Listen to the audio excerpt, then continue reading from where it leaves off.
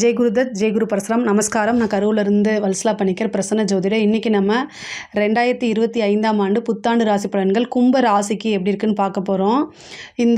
இப்போ நான் சொல்லக்கூடிய பலன்கள் வந்து பொதுவான பலன்கள் தான். ஆனால் உங்களுக்கு 100% அக்யூரேட்டான பலன்கள் வேணும் அப்படின்னா உங்களுடைய இண்டிவிஜுவல் ஹாரோஸ்கோப்பில் கிரகங்களுடைய பொசிஷன் இப்போ என்ன திசாபுத்தி போயிட்டுருக்கு மற்றும் கோச்சாரத்துடைய நிலைகள் இது எல்லாத்தையுமே நம்ம கால்குலேட் பண்ணி தான் ஒரு 100% அக்யூரேட்டான ப்ரெடிக்ஷன் நம்ம கொடுக்க முடியும்.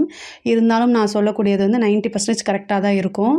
இந்த 2025ஆம் ஆண்டு வந்து எப்போ பிறக்குது அப்படின்னா மார்கழி மாதம் 16ஆம் தேதி உத்திராட நட்சத்திரம் 1ஆம் பாதம் தனுசு ராசி பிரதமை திதி புதன்கிழமையில் இந்த வருஷம் பிறக்குது. இந்த 2025ஆம் வருடத்தில் நீங்கள் எடுக்கக்கூடிய ஒவ்வொரு முயற்சியுமே வந்து சக்ஸஸ் ஆகணும் அப்படின்னு உங்களுக்காக நான் அம்பாள் கிட்ட பிரார்த்தனை பண்ணிக்கிறேன். இந்த வருஷம் வந்து நிறைய மாற்றங்கள் தான். ஆனால் பெரிய லெவலில் நீங்கள் தொட்டதெல்லாமே சக்ஸஸ் ஆகும் அப்படின்னு நம்ம சொல்ல முடியாது. ஏன்னா இந்த சனி வந்து உங்களுக்கு கொஞ்சம் பாதிப்புகள் இன்னும் குறையில. ஜென்ம சனி வந்து உங்களுக்கு வாக்குச்சனியாக போக போகுது. அது மட்டும் இல்லாமல் இந்த சனி பயிற்சி மார்ச் மாதம் வருது, மே மாதம் குரு பயிற்சி, அப்புறம் ராகுகேது பயிற்சி, இது ரெண்டுமே 3 பயிற்சி பெரிய பயிற்சி இருக்குது. இதில் வந்து என்னென்னா இந்த 7.5 சனியோடைய பாதிப்பு இன்னும் உங்களுக்கு முழுமையாக குணமாகலை. அது என்னென்னா வாக்குச்சனி, அதாவது ஜென்ம சனியிலேருந்து வாக்குச்சனியாக போகிறது மட்டும் இல்லாமல் ராகு வந்து உங்களுக்கு ஜென்ம ராகுவாக வரப்போகிறாரு, கேது 7ல் வரப்போகிறாரு. இதுவே வந்து ஒரு பெரிய டிப்ரெஷன், மனநிலை, குழப்பமான விஷயங்கள் இதெல்லாமே கொடுப்பாரு. ஆனால் நீங்கள் மெடிடேஷன் அப்படிங்கிறது ரொம்ப முக்கியமானது. கும்ப ராசிக்கு வந்து பார்த்திங்கன்னா ஒரு விஷயத்தை எடுத்து அதை செஞ்சு முடிக்கலைன்னா தூங்கவே மாட்டீங்க. உழைக்கிறதுல வந்து லெவலில் பெரிய லெவலில் இருப்பீங்க. ஆனால் என்ன அப்படின்னா இந்த ராகு கேது பயிற்சி வந்து உங்களுக்கு பெரிய லெவலில் வந்து டிப்ரெஷனை உருவாக்கி விட்டுரும். ரொம்ப ரொம்ப கவனமாக இருங்க. மெடிடேஷன் தான் இதுக்கு ஒரு சிறந்த வழி. ராகு கேதை பொறுத்த வரைக்கும் நீங்கள் வந்து கோவில் துர்க்கை அம்மன் வழிபாடு பண்ணுங்கள். துர்க்கை தான் சனிக்கிழமை ராகு காலத்தில் துர்க்கை வழிபாடு இது ரொம்ப ரொம்ப சிறப்பான பலன்களை கொடுக்கும். சனிக்கிழமை ஏன்னா சனியோடைய வீட்டுக்கு ராகு வராரு. சனிக்கிழமை ராகு காலத்தில் துர்க்கையை போய் வழிபாடு பண்ணுங்கள். இல்லைன்னா காளி வழிபாடு ரொம்ப பெஸ்ட்டு. சனிக்கிழமை காளி வழிபாடு பண்ணுங்கள். இது ரொம்ப ரொம்ப பெஸ்ட்டாக இருக்கும் உங்களுக்கு. வாக்குச்சனி கோப்பை குலைக்கும்னு சொல்லுவாங்க. நீங்கள் பேசக்கூடிய வார்த்தைகளை நிதானமாக ரொம்ப ரொம்ப முக்கியமானது. தொழிலை பொறுத்த வரைக்கும் உங்களுக்கு 10ஆம் இடத்துக்கு வந்து குரு பார்வை வந்து எவ்வளோ நாளைக்கு இருக்குன்னா 18ஆம் தேதி 18 மே மாதம். இந்த தொழில் ஸ்தானத்தை பொறுத்த வரைக்கும் குரு வந்து உங்களுக்கு மே மாதம் 18ஆம் தேதி வரைக்கும் குருவோடைய பார்வை இருக்குது. அதுக்கப்புறம் குரு வந்து உங்களுக்கு 5ஆம் இடத்தை 11ஆம் இடத்தை பார்க்குறாரு. 5ஆம் இடத்துக்கு போய் 11ஆம் இடத்தை பார்க்குறாரு. தொழில் மூலிமா உங்களுக்கு நல்ல லாபம் வரக்கூடிய காலகட்டம் தான். எக்கனாமிக்கல் க்ரோத் ஆகுமா அப்படின்னா இந்த வருஷம் வந்து எக்கனாமிக்கல் வந்து போன வருஷத்தை விட இந்த வருஷம் படிப்படியாக உங்களுக்கு முன்னேற்றம் அப்படிங்கிறது உறுதியாக உண்டு. அதில் எந்த மாற்றமுமே இல்லை.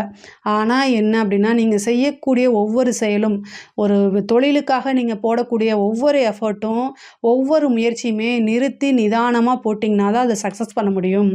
ஏன்னா ராகு வந்து குழப்பமான சூழ்நிலைக்கு தள்ளும். அப்போது அதிலிருந்து வெளிவர முடியாத சூழ்நிலையில் இருப்பீங்க. அதனால் ரொம்ப ரொம்ப பார்த்து பண்ணுங்கள். இந்த ராகு கேது பயிற்சி வந்து உங்களுக்கு பெரிய லெவலில் பாதிப்பு உண்டு பண்ணாமல் இருக்கிறதுக்கு செல்ஃபாக மோட்டிவேட் பண்ணிக்கங்க. மெடிடேஷன் ரொம்ப ரொம்ப முக்கியமானது. சனிக்கிழமை ராகு காலத்தில் காளி வழிபாடு ரொம்ப ரொம்ப முக்கியமானது. இந்த 3யுமே ஃபாலோ பண்ணிட்டீங்கன்னா இந்த வருஷம் நீங்கள் நம்பர் 1. எந்த விஷயமே உங்களை பெருசாக பாதிக்காது. தொழிலும் ரொம்ப நிறையா நல்ல அமைப்புகள்லாம் இருக்குது. லாபம் அப்படிங்கிறது தொழில் மூலிமா லாபம் இருக்குது. புதுசாக தொழில் தொடங்கலாமான்னா உங்களுடைய ஜாதகத்தை பார்த்துக்கோங்க. 10ஆம் அதிபதி வந்து உங்களுக்கு எப்படி இருக்கார், இப்போ என்ன திசாபுத்தி போயிட்டுருக்கு, இதெல்லாமே கால்குலேட் பண்ணிவிட்டு புதுசாக தொழில் ஆரம்பிக்கிறதுனா அதை செய்யுங்க. ஆனால் கோச்சாரத்தில் வந்து பெரிய லெவலில் சப்போர்ட் பண்ணலை. ஏற்கனவே போயிட்டுருக்கக்கூடிய தொழிலுக்கு ஓகே தான். இந்த சனி வந்து 2ஆம் இடத்துக்கு போயிட்டு உங்களுக்கு 11ஆம் இடத்தை பார்க்குறாரு. 2ஆம் இடத்துலேருந்து 11ஆம் இடத்துக்கு பார்க்குறாரு உங்களுடைய ராசி அதிபதி.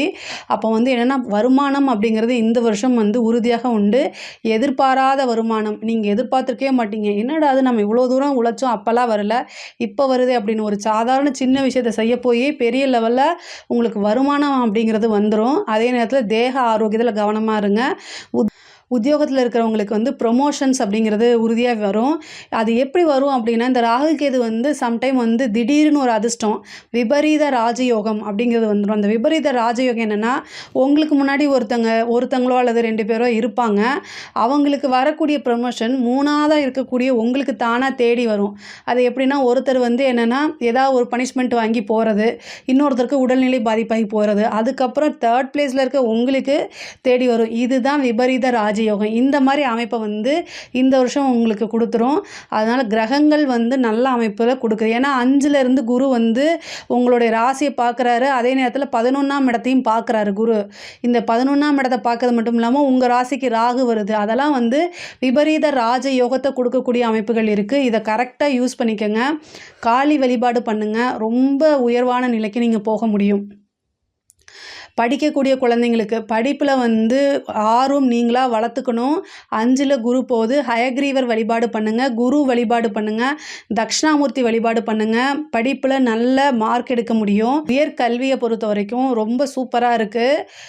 படித்து முடித்த உடனே நீங்கள் வந்து பிளேஸ்மெண்ட் ஆகிறதுக்கு உண்டான வாய்ப்புகள்லாம் இருக்குது. இந்த வருஷம் நீங்கள் எதிர்பார்த்துருக்கவே மாட்டீங்க, நல்ல பிளேஸ்மெண்ட்டு உங்களுக்கு கிடச்சிரும்.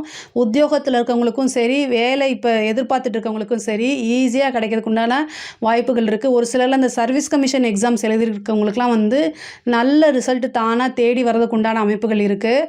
பொதுவாகவே வந்து இந்த 7.5 சனி மேலே எந்த பழியும் நம்ம போடக்கூடாது. சனியோடைய வேலை என்னென்னா, நம்ம என்ன முயற்சி பண்ணுறோமோ அதுக்கு உண்டான பலன்களை கொடுத்துருவாரு. நம்ம நல்லது செஞ்சால் நல்ல பலன்களை கொடுப்பாரு, கெட்டதை செஞ்சால் கெட்டதை கொடுத்துருவாரு. அதாவது நம்ம வேணுக்குனுமே யாருமே நம்ம போய் கெட்டது செய்ய மாட்டோம், நம்மளுடைய சூழ்நிலை.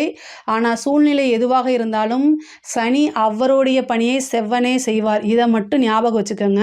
ஸோ நம்ம என்ன போடுறோமோ அதுதான் நமக்கு திருப்பி கிடைக்கும். ஸோ இந்த விஷயத்துலேருந்து நீங்கள் விலகாதீங்க. கும்பராசிக்காரங்க ஈஸியாக வின் பண்ணணும். ஷார்ட்டாக, அதாவது குறுகிய காலத்துக்குள்ளே ஒரு பெரிய லெவலில் வரணும் அப்படின்னு நினைப்பீங்க. சனியோடைய பாதிப்புகள் முழுமையாக இன்னும் உங்களுக்கு போகலை. வாக்குஸ்தானத்தில் குடும்பஸ்தானத்தில் தான் இருக்கார். அதனால் ரொம்ப நிறுத்தி நிதானமாக செயல்படணும். ஆனால் உங்களோட வளர்ச்சி அப்படிங்கிறது நிர்ணயிக்கப்பட்டது தான், அதில் எந்த மாற்றமுமே கிடையாது. 2025ஆம் ஆண்டு உங்களுடைய வளர்ச்சி அப்படிங்கிறது நிர்ணயிக்கப்பட்டு விட்டது. ஸோ அதனால் நீங்கள் கவலையே பட வேண்டாம். நீங்கள் உங்களுக்கு உண்டான முயற்சியை மட்டும் போட்டுகிட்டே இருங்க. அது உறுதியாக சக்ஸஸை தான் கொடுக்கும். இந்த கேது 7ஆம் இடத்துக்கு வந்திருக்கனால கணவன் மனைவி இடையே வந்து ஒற்றுமையாக இருந்தால் அதை பிரித்து விட்றதுக்கு உண்டான எத்தனை வழி இருக்கோ அத்தனையும் பார்ப்பாரு. அதாவது நீங்கள் அமைதியாக போகணுன்னு நினச்சா கூட உங்களுடைய வீட்டில் இருக்கவங்க அப்படி போக மாட்டாங்க. 7ல் கேது, அந்த கேது அப்படிங்கிறதே கட் பண்ணி விடுறதுங்க தாங்க.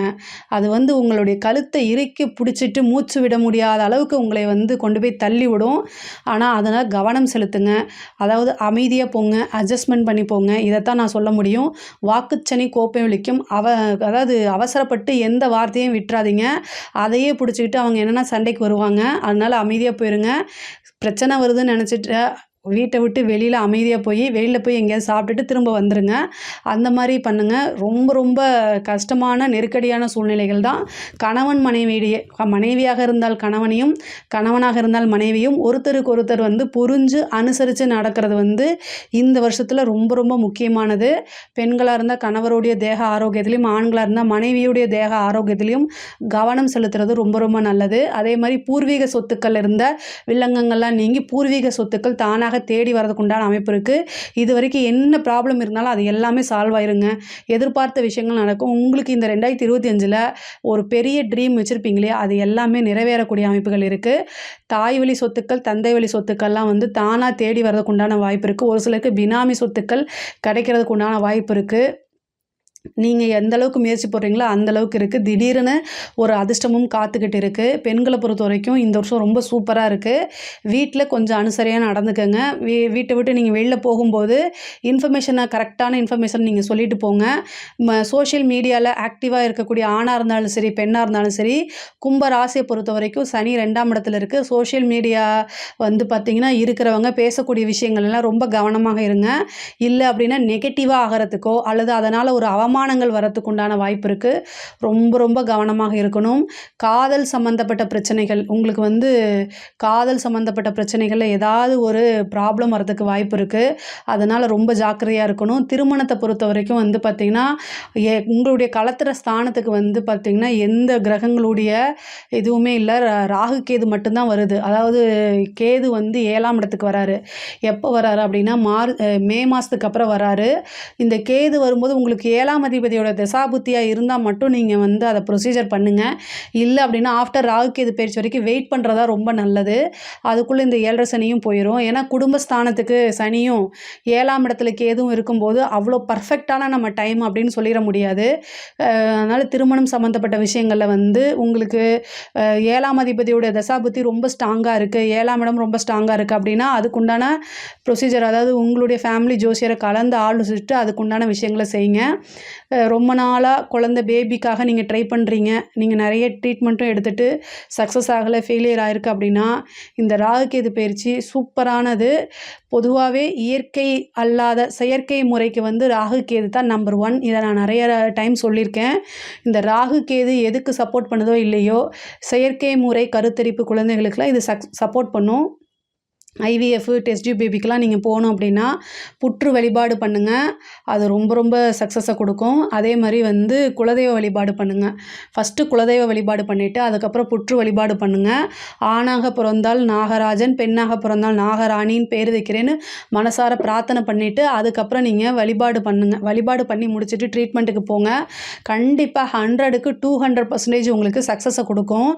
ஏன் அப்படின்னா மே மாதம் வந்து ராகு கேதுவும் பயிற்சி ஆகுது, குருவும் பயிற்சி ஆகிறாரு. உங்கள் ராசிக்கு 5ஆம் இடத்துல இருந்து குரு உங்கள் ராசி அதிபதியை பார்ப்பாரு. ராகு உங்கள் ராசிக்கு வராரு. செயற்கை முறை கருத்தரிப்புனாலே ராகு கேதுக்கள் வந்து சப்போர்ட் பண்ணும். அதனால் வந்து 100க்கு 200% கும்ப ராசியில் இருக்கிறவங்களோ அல்லது கும்ப ராசியில் இருக்கிற நபர்கள் உங்களுக்கு தெரிந்தவங்களோ இந்த டெஸ்ட் டியூப் பேபிக்கு இந்த டைம் ட்ரை பண்ணால் 2025ல் உங்களுக்கு உறுதியாக வந்து குழந்தை பாக்கியம் அப்படிங்கிறது உறுதியாக உண்டு. அரசியல்வாதிகளுக்கு, அரசாங்க துறையில் இருக்கவங்களுக்கு ரொம்ப கடுமையான காலகட்டம். எல்லா விதத்துலேயும் நிறுத்தி நிதானமாக ரொம்ப ரொம்ப பொறுமையாக ஹேண்டில் பண்ணணும். ஈஸியாக வந்து ஒரு பேர் எடுத்துருவீங்க. அது வந்து உங்களுக்கு அவமானத்தை கொடுக்கும். அது தேவையில்லாத பனிஷ்மெண்ட்டை கொடுத்தும். அரசியல்வாதிகளுக்கு வந்து உங்களுடைய பேச்சு, அதாவது 2ஆம் இடத்துல சனி வருது, நீங்கள் பேட்டி கொடுக்கும்போது அல்லது உங்கள் கட்சிக்காரங்கிட்ட பேசும்போது ரொம்ப கவனமாக பேசணும். ராகு வந்து உங்களுடைய ராசியில் இருக்கார், வாக்குஸ்தானத்தில் வந்து சனி இருக்கார். இது எல்லாம் என்ன பண்ணும் அப்படின்னா நீங்கள் நல்லவராக இருப்பீங்க, யதார்த்த உண்மையை பேசுவீங்க. ஆனால் மக்கள்கிட்ட போர்ட்ரேட் பண்ணும்போது அது எப்படி மாறும் தெரியுமா?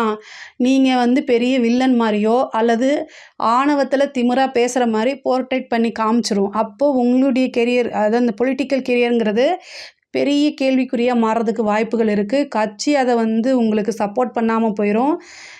கும்ப ராசியில் இருக்கக்கூடிய அரசியல்வாதிகளுக்கு பர்ஃபெக்ட் டைம் இந்த வருஷம் கிடையாது. ரொம்ப ரொம்ப கவனமாக இருக்கணும். இல்லை அப்படின்னா ரொம்ப கஷ்டம். அதனால் ரொம்ப ரொம்ப ஜாக்கிரதையாக இருங்க. கும்ப ராசியை பொறுத்த வரைக்கும் எக்கனாமிக்கலாக நிறைய வளர்ச்சிகள் இருக்குது. கோர்ட்டு கேஸு பிரச்சனைகள்லாம் வந்து இவ்வளோ நாளாக இருந்துச்சுன்னா அது எல்லாமே உங்களுக்கு ஃபேவராக மாறுறதுக்கு உண்டான அமைப்புகள் இருக்குது.